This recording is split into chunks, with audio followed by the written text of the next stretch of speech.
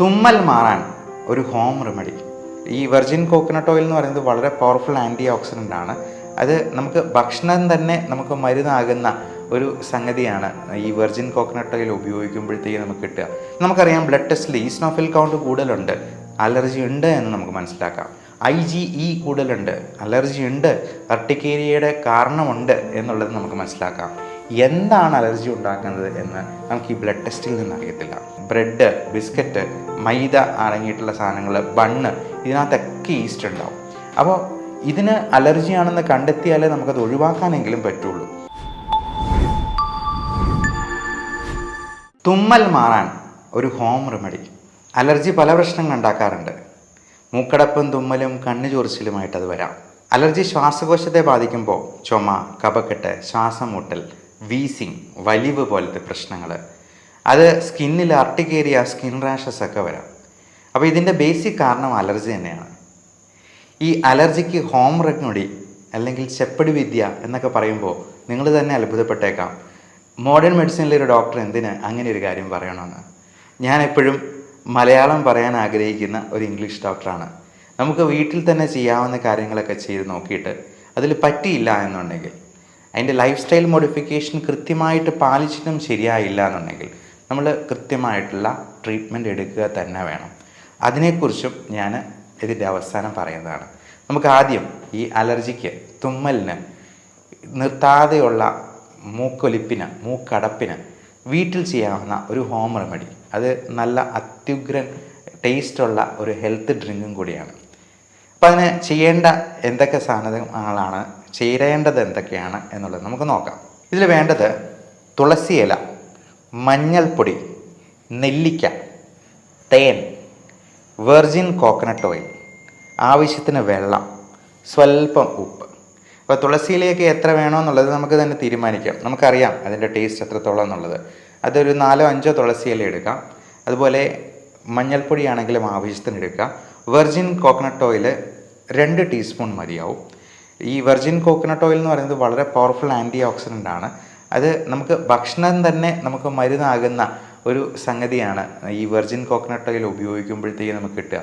അത് സ്കിന്നിൻ്റെ ആർട്ടിക്കേരിയ, skin allergy പോലുള്ള പ്രശ്നങ്ങൾക്കും അത് നല്ലൊരു പ്രതിവിധിയാണ്. നെല്ലിക്ക, നമുക്ക് 2-3 നെല്ലിക്ക അതെടുക്കാം. നെല്ലിക്ക എത്ര ചേർത്താലും നല്ലതാണ്. അതിൻ്റെ ചവർപ്പ് മാത്രമേ ഇച്ചിരി പ്രശ്നം ഉണ്ടാകത്തുള്ളൂ. പിന്നെ അതിൻ്റെ ചവർപ്പ് മാറ്റാനാണ് നമ്മൾ തേൻ ആഡ് ചെയ്യുന്നത്. ഉപ്പ് ഒത്തിരി ചേർക്കരുത്, 1-2 നുള്ളു മതി. അത് നമുക്ക് ആവശ്യത്തിന് ചേർക്കാം എന്ന് പറയാം. എന്നിട്ട് ഇത്രയും ചേർത്തതിന് ശേഷം മിക്സിയിലിട്ട് അടിക്കുക. നെല്ലിക്കയുടെ കുരു കളഞ്ഞിട്ട് ചേർക്കാന്നുള്ളത് പ്രത്യേകം ഓർമ്മിപ്പിക്കേണ്ടതില്ലല്ലോ. അപ്പോൾ മിക്സിയിൽ ഇത് നല്ലപോലെ അങ്ങ് അടിച്ചെടുക്കുക. അപ്പം നല്ലൊരു ജ്യൂസായിട്ട് നമുക്ക് കിട്ടും.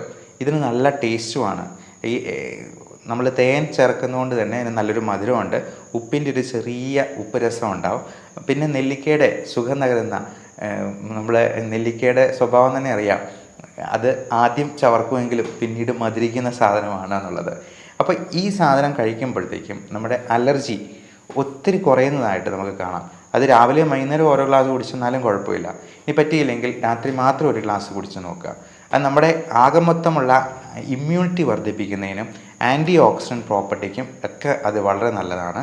മാത്രമല്ല ഇതിൽ അടങ്ങിയിട്ടുള്ള വൈറ്റമിൻസ് എല്ലാം പലപ്പോഴും vitamin A, B, C, D, E, K ഇതെല്ലാം നമുക്ക് ഡെഫിഷ്യൻ്റ് ആയിട്ട് വരാം. അതുപോലെ പല ട്രേസ് എലമെൻറ്റ്സും, കോപ്പർ, മഗ്നീഷ്യം, സിങ്ക്, സെലനിയം തുടങ്ങിയ ട്രേസ് എലമെൻറ്റ്സും നമുക്ക് ഇതിന് പല ഭക്ഷണത്തിൽ നിന്ന് കിട്ടാറില്ല. അപ്പോൾ ഈ ഒരു ഡ്രിങ്ക് കുടിക്കുമ്പോഴത്തേക്കും നമുക്ക് ഇതിനകത്ത് ഒത്തിരി ന്യൂട്രിയൻ ഡെഫിഷ്യൻസി പരിഹരിക്കാനായിട്ട് സാധിക്കും. വൈറ്റമിൻ B കോംപ്ലക്സ് എന്ന് പറയുന്നത് ഒത്തിരിയുണ്ട്. Vitamin B1 thymine, B2 riboflavin, B3 niacin, B4 എന്ന് പറഞ്ഞ ഒരു വൈറ്റമിൻ ഇല്ല, B5 പാൻറ്റോത്തനിക് ആസിഡാണ്, B6 പിറിഡോക്സിനാണ്, B7 ബയോട്ടിനാണ്, പിന്നെ B9 വരുന്നുള്ളൂ, അത് ഫോളിക് ആസിഡാണ്. B8 ഇല്ല, 10 ഇല്ല, 11 ഇല്ല, B12 മീഥൈൽ കോബാളമൈനാണ്. അപ്പോൾ ഇങ്ങനെയുള്ള വൈറ്റമിൻസ് എല്ലാം നമുക്ക് നമ്മുടെ ഭക്ഷണത്തിൽ ഉൾപ്പെടുത്താനായിട്ട് പറ്റണം. അല്ലെങ്കിൽ ഇതുപോലത്തെ ഹെൽത്ത് ഡ്രിങ്ക് പ്രത്യേകമായിട്ടൊരു മരുന്ന് പോലെ നമുക്ക് കഴിക്കാവുന്നതാണ്. അത് നല്ല ടേസ്റ്റും ഉണ്ടാകും. നമുക്ക് വീട്ടിൽ തന്നെ പ്രിപ്പയർ ചെയ്യാവുന്നതാണ്. ഇനി അലർജിയുടെ സ്പെഷ്യാലിറ്റി ട്രീറ്റ്മെൻറ്റിലേക്ക് വരാം. നമുക്ക് അലർജി എന്ന് പറയുന്നത് ഹൈപ്പർ സെൻസിറ്റിവിറ്റി കൊണ്ടുണ്ടാകുന്നതാണ്. അത് പലതരത്തിലുള്ള വസ്തുക്കളോടും നമുക്ക് അലർജി ഉണ്ടാക്കാം. അത് മൂക്കടപ്പും തുമ്മലും ശ്വാസകോശത്തിൽ ആസ്മ പോലുള്ള പ്രശ്നങ്ങളും ഒക്കെ വരാം. ഇതൊക്കെ നമുക്ക് വീട്ടിൽ തന്നെ ശ്രദ്ധിക്കാവുന്ന കാര്യങ്ങൾ, അവോയ്ഡ് ചെയ്യാവുന്ന സംഗതികളൊക്കെ നോക്കിയിട്ടും നിന്നില്ലെങ്കിൽ തീർച്ചയായിട്ടും യഥാസമയം അതിന് വൈദ്യസഹായം തരണം. അലർജിയുടെ സ്പെസിഫിക് ആയിട്ടുള്ള എന്ത് കാരണമാണ് എന്ന് മനസ്സിലാക്കാനുള്ള പുതിയ ടെസ്റ്റ് ഉണ്ട്. നമുക്കറിയാം ബ്ലഡ് ടെസ്റ്റിൽ ഈസ്നോഫിൽ കൗണ്ട് കൂടുതലുണ്ട്, അലർജി ഉണ്ട് എന്ന് നമുക്ക് മനസ്സിലാക്കാം. IgE കൂടുതലുണ്ട്, അലർജി ഉണ്ട്, അർട്ടിക്കേരിയയുടെ കാരണമുണ്ട് എന്നുള്ളത് നമുക്ക് മനസ്സിലാക്കാം. എന്താണ് അലർജി ഉണ്ടാക്കുന്നത് എന്ന് നമുക്ക് ഈ ബ്ലഡ് ടെസ്റ്റിൽ നിന്ന് അറിയത്തില്ല. അതിന് വേണ്ടിയിട്ടുന്ന ടെസ്റ്റാണ് സ്കിൻ പ്രിക്ക് ടെസ്റ്റ് എന്ന് പറയും. അതായത് നമ്മൾ 72 അലർജൻസിൻ്റെ ഒരു പാനൽ നമ്മൾ ഓരോ പഞ്ച് കൊടുത്ത്, അത് നമ്മൾ കുത്തി നോയിക്കൊന്നുമില്ല, ജസ്റ്റ് ഒരു പോറൽ ഏൽപ്പിക്കത്തുള്ളൂ. അപ്പം നമ്മൾ കോളം വരച്ച് കയ്യിലിങ്ങനെ മാർക്ക് ചെയ്ത് ഓരോരോ അലർജൻസ് ആയിട്ട് നമുക്ക് വയ്ക്കും. ഈ 72 എന്നുള്ളത് നമുക്ക് വേണമെങ്കിൽ കൂട്ടാം. നമുക്ക് സംശയമുള്ള വേറെ എന്തെങ്കിലും ഭക്ഷണ പദാർത്ഥങ്ങളുണ്ടെങ്കിൽ അതിൻ്റെ അലർജൻസും കൂടെ നമുക്കിതിൽ ആഡ് ചെയ്യാം. എന്നിട്ട് ഓരോന്നിൻ്റെയും റിയാക്ഷൻ നമ്മൾ നോക്കുവാണ്. അപ്പോൾ കൃത്യം നമുക്ക് മനസ്സിലാക്കാൻ പറ്റും ഇന്നതാണ് അലർജി എന്നുള്ളത്. പലപ്പോഴും നമ്മളത് അറിയാതെ പല ഭക്ഷണങ്ങളും കഴിക്കാറുണ്ട്. ഉദാഹരണത്തിന് ഗോതമ്പ്, പാല്. കഴിഞ്ഞ ദിവസം ഒരു വൈദ്യന് ചെയ്തപ്പോൾ അതായത് ഈസ്റ്റ് അലർജിയാണെന്ന് കണ്ടെത്തി.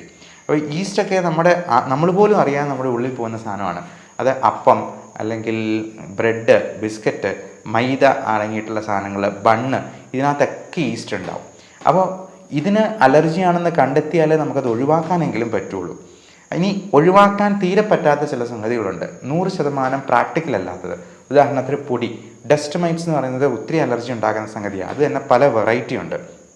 അതുപോലെ കൊതുക്, മോസ്കിറ്റോ ബൈറ്റ്, അത് ഒത്തിരി പേർക്ക് അലർജി കാണാറുണ്ട്. പാറ്റ, നമ്മൾ എത്ര ശ്രമിച്ചെന്നാലും ചിലപ്പോൾ പാറ്റ കയറിയെന്നിരിക്കാം. പല ജീവികളുടെ വിസർജ്യം എല്ലാം അലർജി ഉണ്ടാകുന്നതാണ്. അപ്പോൾ ഇതൊക്കെ നമ്മൾ എന്താ ചെയ്യുക, ഇമ്മ്യൂണോതെറാപ്പി എന്ന് പറയുന്ന പുതിയ ലെവൽ ഓഫ് ട്രീറ്റ്മെൻ്റ് ഉണ്ട്. ആ ട്രീറ്റ്മെൻറ്റ് വഴി നമുക്ക് ഈ അലർജി മിക്കവാറും ആൾക്കാരിൽ 90% വരെ മാറ്റാൻ പറ്റും.